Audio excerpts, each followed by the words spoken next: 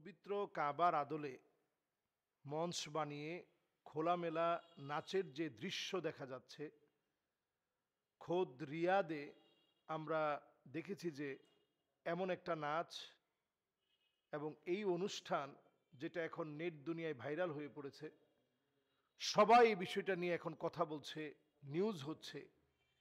এই বিষয়টা নবীজি সাল্লাল্লাহু আলাইহি ওয়াসাল্লামের পবিত্র জবানের সে হাদিস আমাদেরকে স্মরণ করিয়ে দিচ্ছে। নবী সাল্লাল্লাহু আলাইহি ওয়াসাল্লাম ইরশাদ করেছেন, লা ইয়াবকা বাইতুন মিনাল আরব ইল্লা দাখালাতহু। আরবের এমন কোনো ঘর থাকবে না যেই ঘরের ভিতরে ফিতনা থাকবে না।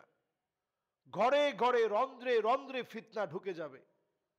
আজ দুঃখজনক সত্য, নবী সাল্লাল্লাহু আলাইহি ওয়াসাল্লামের ভবিষ্যৎবাণী আরবকে নিয়ে করা এই ভবিষ্যৎবাণী এতটাই সত্য হয়েছে, পুরাপুরি হয়েছে, আজকে সারা বিশ্ব অবাক হয়ে যাচ্ছে। অবাক বিশ্ব, অবাক পৃথিবী।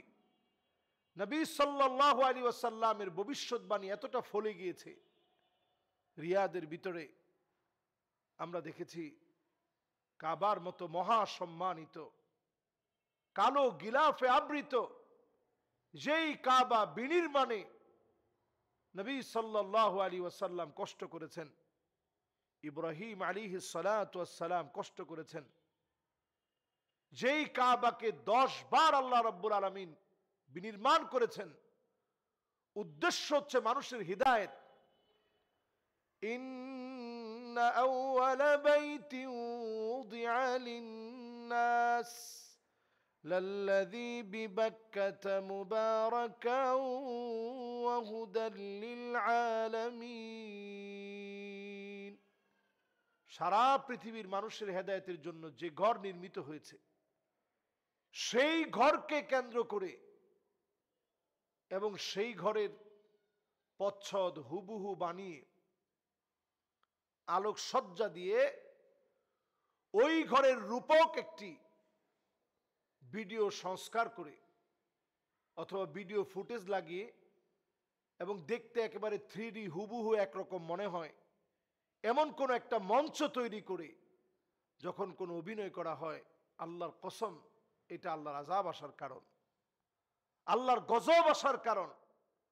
আল্লাহ রাব্বুল আলামিনের আযাব গজব আসে ঠিক তখন যখন এই জাতীয় কর্মকাণ্ড মানুষ করা শুরু করে। নবী সাল্লাল্লাহু আলাইহি ওয়াসাল্লাম আরবের ব্যাপারে যে ভবিষ্যৎবাণীগুলো করেছেন, নবীজি সাল্লাল্লাহু আলাইহি সাল্লাম বলেছেন এমন সময় আসবে ওয়াইলুন লিল আরব। ঘুম থেকে নবীজি জাগ্রত হয়ে গেলেন এবং ভীত সন্ত্রস্ত অবস্থায় নবীজি 3 বার বললেন, ওয়াইলুন লিল আরব, ওয়াইলুন লিল আরব। আরবের ধ্বংস, আরবের ধ্বংস, আরবের ধ্বংস। সাহাবায়ে কেরাম প্রশ্ন করলেন, উম্মে সালামা রাদিয়াল্লাহু তাআলা আনহা প্রশ্ন করলেন, ইয়া রাসূলুল্লাহ, আমাদের মাঝে এত নেককার মানুষ আছে, আমরাও কি ধ্বংস হয়ে যাব? নবীজি সাল্লাল্লাহু আলাইহি সাল্লাম বললেন, হ্যাঁ, তোমরাও ধ্বংস হয়ে যাবা। ইদা কাসুরাল খাবাস, খারাপই যখন তোমাদের মধ্যে বেড়ে যাবে, পাপাচার, অশ্লীলতা, পঙ্কিলতা, অন্যায় যখন বেড়ে যাবে, তখন তোমরা ধ্বংস হয়ে যাবে। ইদা কাসুরাল খাবাস, খারাপই বাড়লে ধ্বংস হয়ে যাবে। আজকের পৃথিবী আমরা জ্বলন্ত প্রমাণ দেখতে পাচ্ছি। আরব দেশে এতটা বন্যা হচ্ছে যেটা একসময় কল্পনা করা যেত না। এগুলো আল্লাহ তাআলা এমনিতেই দেন নাই। রিয়াদে বন্যা হচ্ছে, আল কাসিমে বন্যা হচ্ছে, হাইলে বন্যা হচ্ছে, মক্কা মদিনায় বন্যা হচ্ছে, জেদ্দায় বন্যা হচ্ছে। এগুলো একসময় কল্পনা করা যায় না। এগুলো আল্লাহ কেন দিচ্ছেন? এগুলো আমাদের পাপের ফসল। কোরআনুল কারীমের সূরা মায়েদার ভিতরে আল্লাহ রাব্বুল আলামিন বলেন, ফাইন তাওয়াল্লাউ, এর পরেও যদি তোমরা ঘাটতেরামি করো, ফা'লাম আন্নামা ইউরিদুল্লাহু আইয়ুসিবাহুম বিবাদি যুনুবিহিম, তোমরা জেনে রাখো আল্লাহ রাব্বুল আলামিন কিছু কিছু অন্যায়ের কারণে আল্লাহর পক্ষ থেকে আল্লাহ আযাব দিবেন, গজব দিবেন, ধ্বংস করবেন। আজ আমার কাছে মনে হচ্ছে পুরোপুরি সেই আযাব গজব আসার সময় হয়ে গেছে। কাবার আদলে আপনি মঞ্চ বানিয়ে উলঙ্গ মহিলাদেরকে দিয়ে আপনি নাচাবেন, চতুর্দিকে মিউজিক বাজবে। যেই নবী পৃথিবীতে আসলেন লিউকাসসিরাল মাজামির, সব একতারা দুতারা সেতারা ভেঙে টুকরা টুকরা করে দিবে, সেই শহরকে আপনি গান বাজনার শহর বানাবেন। আল্লাহর আযাবকে ভয় করেন। নবী সাল্লাল্লাহু আলাইহি সাল্লাম বারবার সতর্ক করে গেছেন, আরবের জন্য ভয়ের কারণ সামনে আসছে। আরব ধ্বংস হওয়া মানে মুসলিম উম্মাহ ধ্বংস হওয়া, আরব ধ্বংস হওয়া মানে আমরা ধ্বংস হয়ে যাওয়া। আজকে আরবের ভিতরে সব সবুজ হয়ে যাচ্ছে। এই আলামতগুলো ভয়াবহ আলামত। নবী সাল্লাল্লাহু আলাইহি সাল্লামের এই আলামতগুলো আমাদেরকে স্মরণ করিয়ে দিচ্ছে আরো বড় বড় ধরনের আযাব আসছে। আযাব গজব থেকে যদি বাঁচতে চান, নিজেদের ঈমানকে ধারণ করেন, সংরক্ষণ করেন, ঈমানের উপরে চলেন।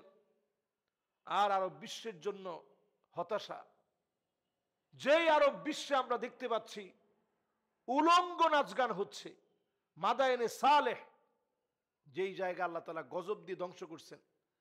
নবীজি তাবুক যাওয়ার পথে মাদায়েনে সালের পাশ দিয়ে যাচ্ছিলেন। নবীজি বলতেছিলেন, সালেহ আলাইহিস সালামের উট যেখানে পানি পান করছে, এই জায়গাটা ছাড়া অন্য জায়গায় তোমরা বেশিক্ষণ দাঁড়ায়ও না, আল্লাহ না জানি কোন সময় তোমাদের উপর আযাব দেয়। আর নবীজি বলতেছিলেন, ইল্লা ওয়া আনতুম বাকুন, কাঁদতে কাঁদতে তোমরা এই জায়গা থেকে পার হয়ে যাবা। আর সেই জায়গার ভিতরে এখন নতুন করে সেটাকে কিভাবে বিভিন্ন কনসার্টের জন্য উন্মুক্ত করা যায়, এই প্রচেষ্টা চলছে।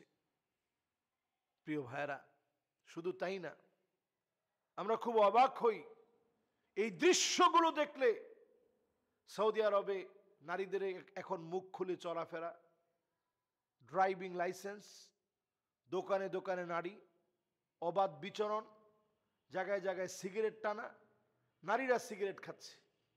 রক্ষণশীল সৌদি অল্প কয়েকদিনের মধ্যে ধ্বংসের দ্বার প্রান্তে। আমরা দেখছি এমনও দৃশ্য, যেই দৃশ্য আমাদেরকে ভীত সন্ত্রস্ত করে। নবী সাল্লাল্লাহু আলাইহি সাল্লামের এই পবিত্র মক্কা মদিনা, এই পবিত্র নগরী, কেমনে এর দাম কমানো যায়। নতুন একটা সিটি ঘোষণা করা হচ্ছে, নিয়ম সিটি। সেখানে ট্যাক্সি থাকবে, উড়ন্ত ট্যাক্সি, রোবট থাকবে, সব প্রযুক্তি সেখানে থাকবে, প্রযুক্তির কোনো অভাব নেই। সেখানে জায়গায় জায়গায় বার থাকবে, কূটনীতিকরা সেখান থেকে লাইসেন্স করা থাকবে, সেখান থেকে মদ পান করবে। এরকম আরো বহু বিষয় সেখানে আছে। আল্লাহর কাছে আমরা পানাহ চাই, এই জাতীয় সমস্ত কর্মকাণ্ড থেকে। চাঁদের মাটি এনে সেখানে রাখবে, চাঁদের একটা ফিল নিবে মানুষ।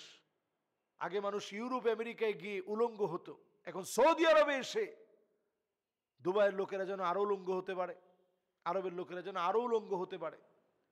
এই ব্যবস্থাপনা এখন পুরোপুরি পাকা করা হচ্ছে। আল্লাহ পাকের কাছে আমরা পানাহ চাই, এই জাতীয় ফিতনা থেকে আমাদের প্রাণের মক্কা মদিনাকে আল্লাহ যেন হেফাজত করে। আমিন।